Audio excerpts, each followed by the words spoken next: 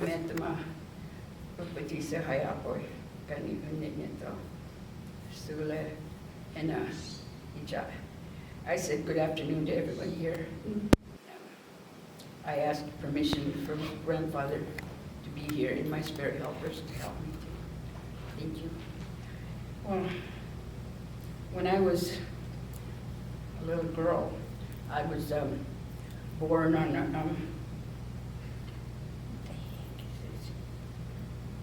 I was born on, they call it the 6 Mile Rancheria, and it was my oldest brother and sister and I were the only ones born at home. My grandmother delivered us, and we grew up there. And growing up, we never knew anyone else, just us around there and our relatives close by. And I like being alone. I still do. I like being by myself. And I had this old milk cow was my friend. She was over the hill. She'd come up, and I'd start getting used to her. I'd go talk to her, get close to her, pet her. Then when she would come up and stand on top of the hill and call her, I called her Mama Cow. I'd stand there and say, Mama Cow, come on up here. And I'd hear the bell. She'd come running up there, and she'd stand there, and then I'd watch her when she'd be eating, and she'd lay down and chew. I'd watch her. Then I'd just lean against her like that, lay there and talk to her. She was my only friend. And she had a little calf, and I'd pet him too. And I'd help my mother around, like getting wood. My brother would chop a lot of wood and we'd haul it in, because we never had electricity. Just a wood stove to cook on and everything. One big old building, so they had one section off that was for the bed, sort of like a bedroom. And then the living room, and over that way was the little part for the kitchen. And so we lived in this little cabin. And people would say, well, where was your sister? I said, I don't know, I was always by myself. I guess I really didn't pay attention to her. I like being alone, so I just walk out in the field and go pick flowers or just talk to these little animals and make little things. I used to get like a tule, you know what a tule is? I'd pull that out of the river, and the big old root, and the bulb was the head, and the root, I'd just comb up the root until it looked like hair, then I'd braid it, and I used to fix it for my doll. So I'd get a manzanita, you know, with the prong, and then I'd tie it to a stick on it, so it'd be the arms out like that. And I'd wrap it up with old cloth my mother wasn't using to make it look like arms making a body. Fix clothes for it. Those were the only toys I had to make. And we never knew anybody else, just us around there. Until we got like around 8 years old, and they made us go to school. They were mean to us. We'd accidentally say something in our language, and teacher would say, put out your hand, and she'd swat our hand with a ruler. And I hated the teacher, I hated school. I never liked school at all. And it was because of that, and as I grew older, I used to think I shouldn't have been that way, because it just kept me from really, you know, getting a good education and learning things I should have. But I'm very stubborn when I want to be. And I just had my ways like that because I was always alone, and it was like nobody ever bossed me around but my mother. So I just do whatever I wanted, and I knew, you know, what I was doing was wrong, so I was just having fun by myself. And then I used to help my mother. When she'd make acorn soup, I'd help her. She used to make it like a little bonfire where she'd cook the stuff there. I'd help her when we'd grind it. I'd help her do that. And we'd put it in a pot. These rocks little round, they'd call them cooking rocks. She'd get them from the river, and she'd heat them up in the little fire there. She'd have these little pots of the acorn meal. It looked like mush, heavy mush. And she'd heat those rocks, and she'd hit it with that prong so it would stick between the prong. And that's how she'd lift it, or she'd rinse it out and then put it in there so it would boil. She'd have about maybe 8 of them and then boil all that acorn mush. And when it was done, she'd put it into the cool water, and she'd fix it so she'd finish cooking it off. And then she'd make the acorn bread. And so I used to like helping her like that. And then when my dad would go hunting to bring the meat home, he'd skin it, he'd gut it out there and where he killed it, pack it home, then he'd hang it up and I'd have to skin it. He'd show me how to skin it. I used to like it because it was fun. He'd tell me that when you skin it, you got to do it right, because if you don't, then you'll have half the meat on the skin, and he goes, that's like the waste of meat. So he'd show me, he'd like cut it a little bit like that, and then I'd have to take my fist holder, put my fist in there and shove it down, and it used to be fun. I liked doing that. Then when it was time, like on Sundays, I always had to have chicken. I had to go out and kill a chicken. I'd have to catch a chicken and chop his little head off. Wait until all the blood was drained out of him, then have boiling hot water, and so the feathers would come off easy, and I'd have to do all that. So it was just part of life. It didn't seem, like, ew, how could you do such a thing? Like, I couldn't do that now, but that was just survival. That was, if we had something to eat. Like, we had little rabbits out there, and if it was time for a rabbit, I'd have to go out there and get that little guy for dinner. But it was just, it didn't seem like it was so awful to me. It was just, we had to eat. Then we'd have to go out and pick mushrooms and stuff like that. And the little trees out there that had the fruit in it, we'd have to go pick those, and grapes.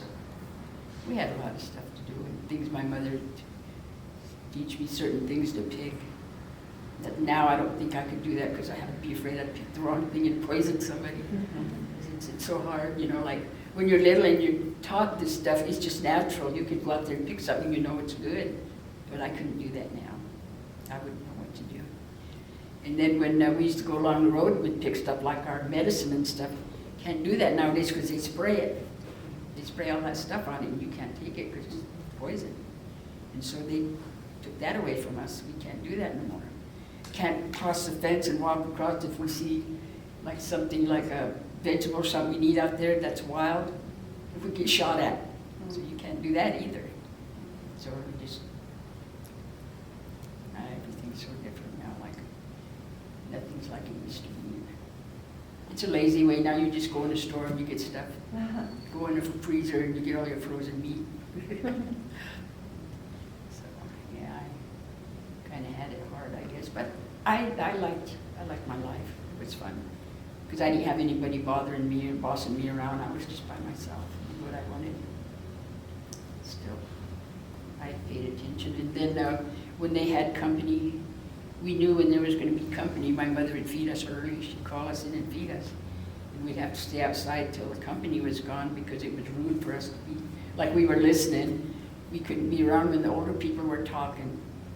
And then another thing she didn't like is we couldn't answer her back. If she said something, we didn't like what she said, we'd just have to listen, because if we answered her back, we'd get popped upside the head.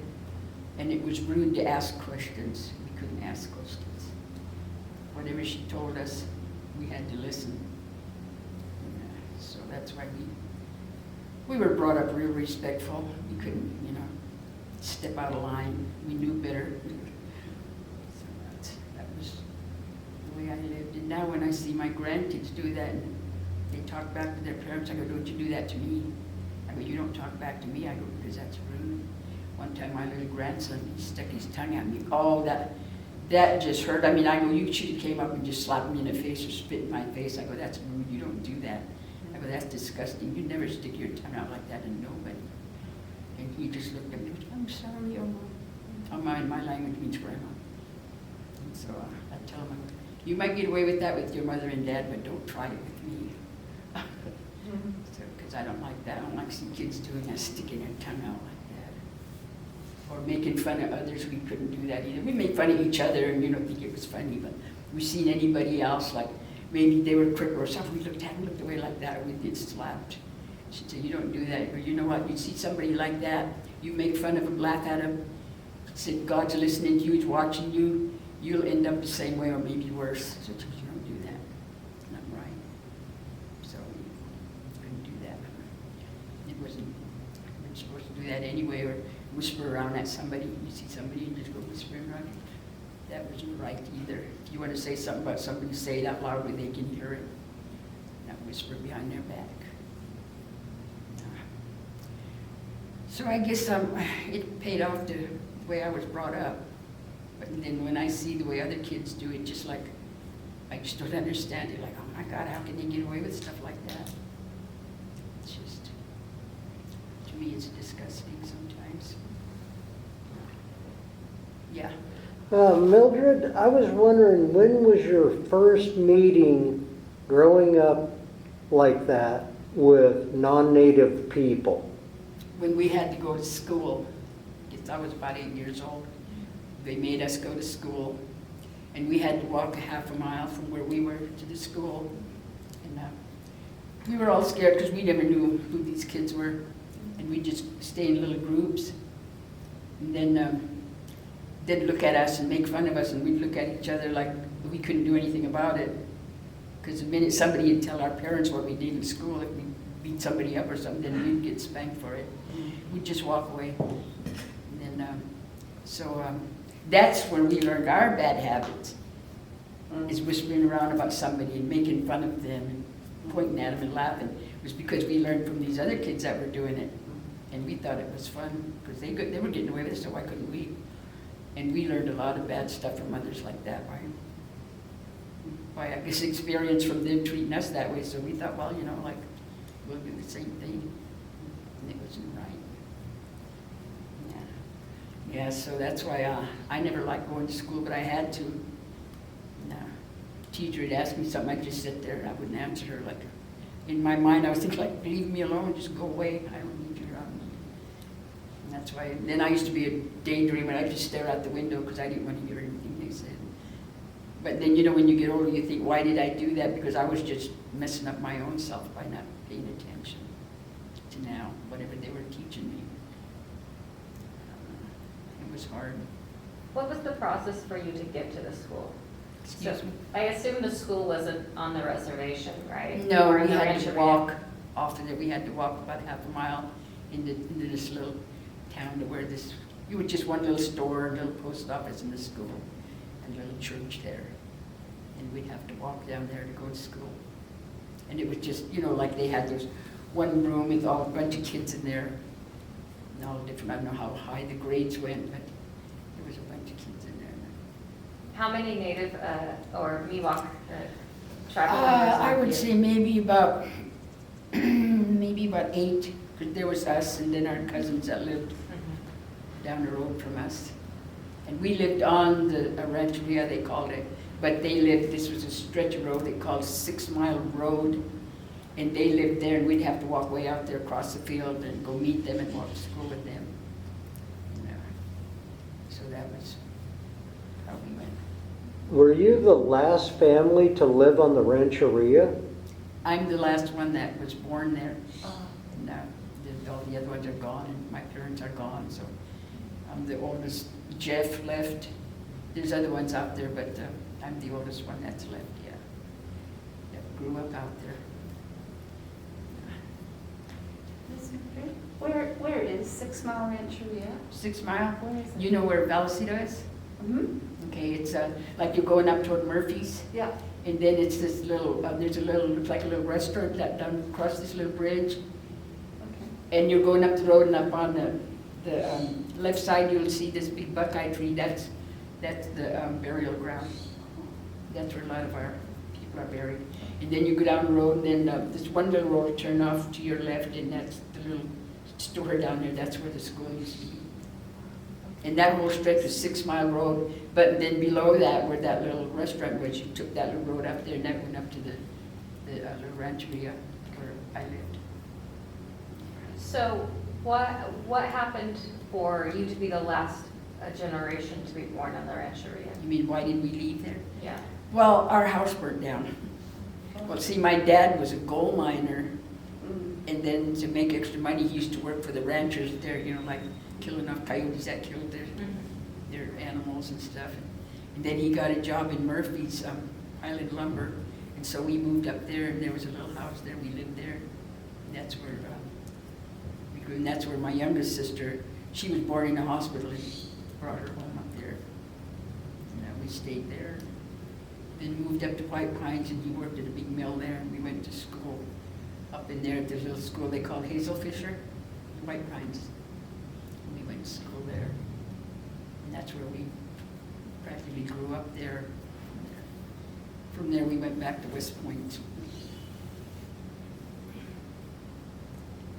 So what about the rest of the tribal community that were on the rancheria? Well, we were the only ones there because this old woman was there by herself, and she didn't want to be alone, so she had my grandmother go there, and that was before we were born. My parents all moved there, and then they all stayed there with her. We were the last ones there to be staying there, and then my grandmother was the last one there, and then when she got killed, they just let it go. So we didn't go back. And I often wanted to go back, but it never happened. I just wanted to go there and see where I was born.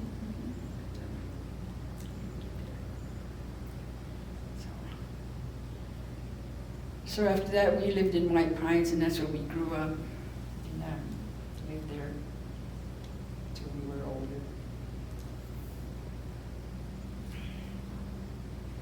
What? I'm curious, when you first started school, what was the reaction by other kids and the teacher when you tried to speak your native tongue? Oh, well, sometimes we'd forget and we'd say something in Miwok, and the teacher'd come over there and she'd swat us with a ruler. Or she'd always grab us by our hair because we had long braids, and she'd pull our hair up like so we stood on our tiptoes. And she was real mean to us. Kids would laugh at us. So we all stayed in little groups. My sister, she was a rowdy one. She wanted to duke them out. She'd get in trouble, we wouldn't. Yeah, and then we went to school in Murphy's. It was the same. Nothing ever changed until way maybe when we were about, starting our teenage years, and everything started changing. Everybody started getting more friendlier. Everything, it didn't look like, just everything. Everybody was friendly with each other. This one person picked on you, this other person would come in there and be on your side. So different. It's like a page. This page is the bad page. You turn it over and it starts getting better and better. That's the way I see it. Sometimes I just think about that and think, well, gee whiz, how did I? And I see where some little kids, the way they get treated now, and I think, and they thought that was bad. And that's why I always tell my little grandkids, and my son tells them they should never make fun of other kids. If they look different from you, it's not right. You don't say anything about them or point at them. So because they're just like you. Like this one little kid, my little grandson. Oh, he goes, because he was into wrestling. He goes, oh, guess who I wrestled today? And he goes to wrestling. Oh, I wrestled that little boy. Which one? That little extra dark one, he says.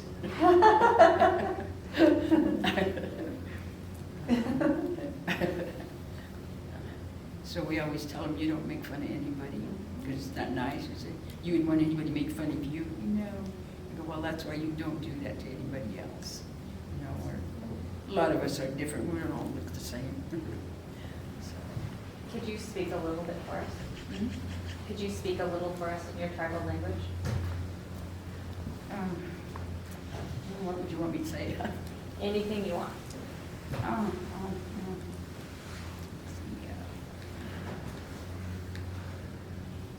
Temikmo Oksapa. Oksapa ko neto. Ima ikako wunik nekto. I just said thank you guys for all being here, and the ones that just came in the door. Okay. What else? Mildred, you're pretty accomplished on making baskets. I know you have baskets at the Smithsonian Museum of the American Indian, also at the California Museum, and also at the Historical Museum at Mickey Grove. But how did you even learn the craft? When did you start? I didn't learn that until I was older. I got older and I saw this woman doing that. I used to see my mother do a lot of stuff, but I wasn't into stuff like that. I was more like going out and making my dolls and stuff. And I saw this woman doing that, and I asked her if she'd show me how. And so she started making the bottom, and that's the hardest part, is to make that bottom part. Where was that peg? I put it there. Well, that little bottom, you make the little circle and you go around on it. And to hold it tight for me. Oh.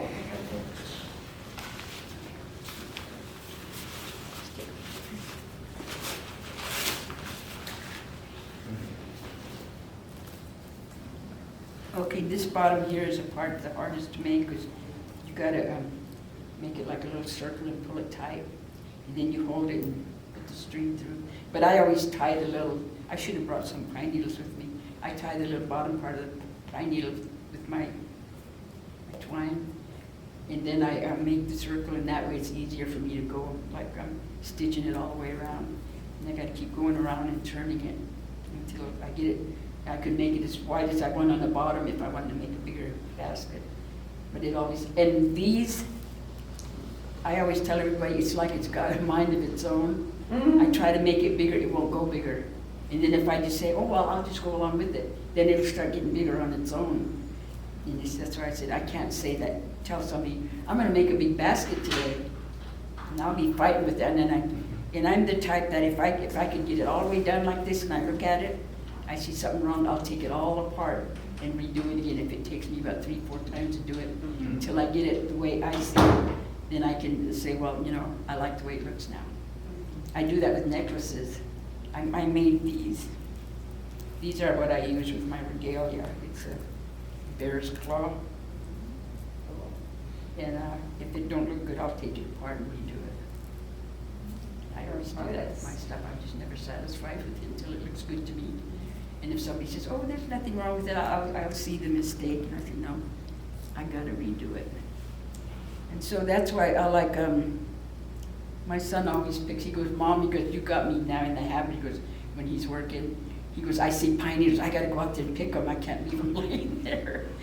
And then I got my niece, she gets a bunch of them and then she'll send them down to me. So I live in Jackson and I can't go out. This one tree, they call the what is that called? The one with the big pine cones? Bull pine. And some of the pine needles, they're not too strong, they'll break. Some of these have some of them, but that's why I gotta make them small. And most of them, it's that, I think it's the one with the big pine needles. What was that pine tree? White pine? Hmm? Light? Sugar Long, pine? ponderosa pine? Yeah, I think so, with the big old The long long pine. one, sugar Yeah, pine. I like those, and they're thick. Yeah. Those are the kinds I like. Yeah, so that's what I do. Miss Mildred, how is the Miwok language? I mean, we hear about languages, indigenous languages that are dying out. How is the Miwok language doing? Are people learning it still? Well, as speaking? far as I know, I'm the only one right now that still knows the language.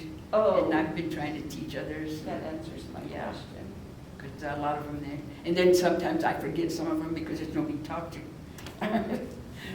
But as far as I know, I'm the only one now that knows the language. And then, you know, like there's Tuolumne, Ione, Jackson, and we all got a different dialect. So, and like my brother, my grandmother raised him, and she spoke the old Miwok language. People don't understand that when I say that. But when he'd talk, some of the words he says, I don't know what he's saying. I don't understand what he's saying. And then, then my mother, I talk the way my mother does. And people will say, well, what's the difference? Like, I can't explain that. It's just that those ones are way back, you know, when she was young and she grew up learning this, and compared to, like, probably on after I'm gone, then the kids will learn, and then they'll say, they'll like maybe ask one of my, I don't know if my grandkids know how to talk yet, but they'll probably ask my son, like, the language you're talking, why is it different from the others? And he'll say, well, I learned from my mom, but I couldn't understand my uncle. It's sort of like that, you know. People just don't understand that, because at first I did. I go, well, what's the difference? You know, we're all Miwok, why are we different? But then I'd listen to him talk, and I'd say, excuse me, but I don't know what you're saying. And I'd start laughing. I'd say, I'm Miwok, you're Miwok, but I really don't understand what you're saying. And they'd laugh. and they'd keep talking to me like that, the things that I couldn't understand, they'd say, and I go, are you talking right? And it's like, yeah. I mean, because I don't know what you're saying. Then they'd tell me, I think Miwoks were supposed to all talk the same, but I guess not. So that's why I learned that. But sometimes, like, we never had no alphabetical orders, knew how to write and all that. And so, like, when people tell me, they go, well, how do you spell this? I go, spell it the way you say it, the way you're pronouncing it. Say it that way, you'll understand what you're saying. I go, because I write it down the way I'm saying it. And that way I can understand it better.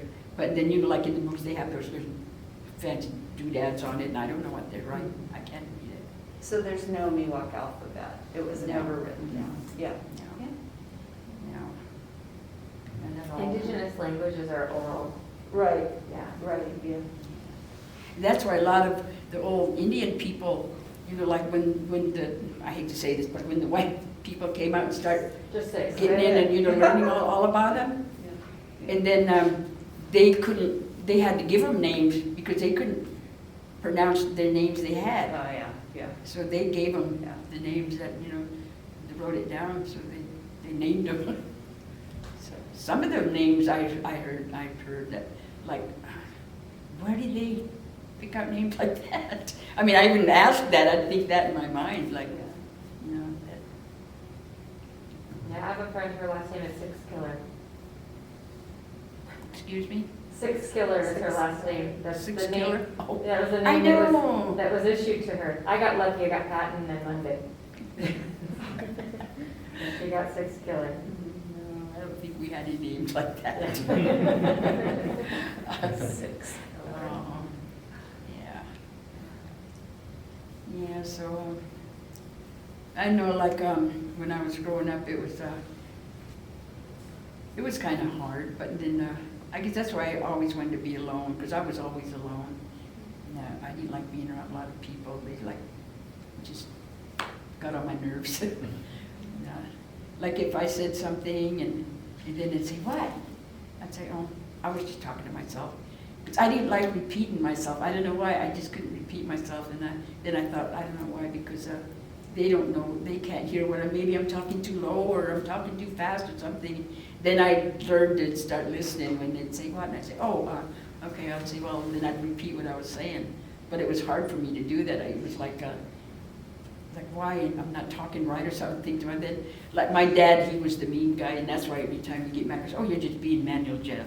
Because we fly off the handle, we get mad and all that stuff. And lose our temper.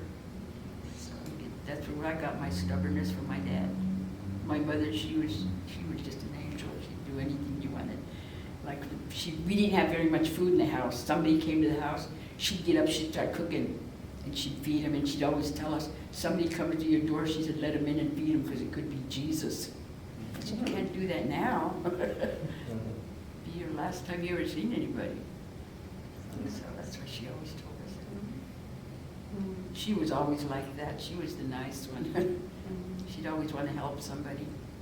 People that come around and they didn't have any milk for their kids, she'd give them some, and they buy it by the cases. And she'd say, oh, here, I got some, and you take some home, feed your kids. And so just, like, why do you do that? And my dad used to get upset. He'd say, I hate that. When they come here, borrow. Why don't they just say, give me that, because you never see it anymore anyway. And he said, I don't like that word borrow. Because they all did that.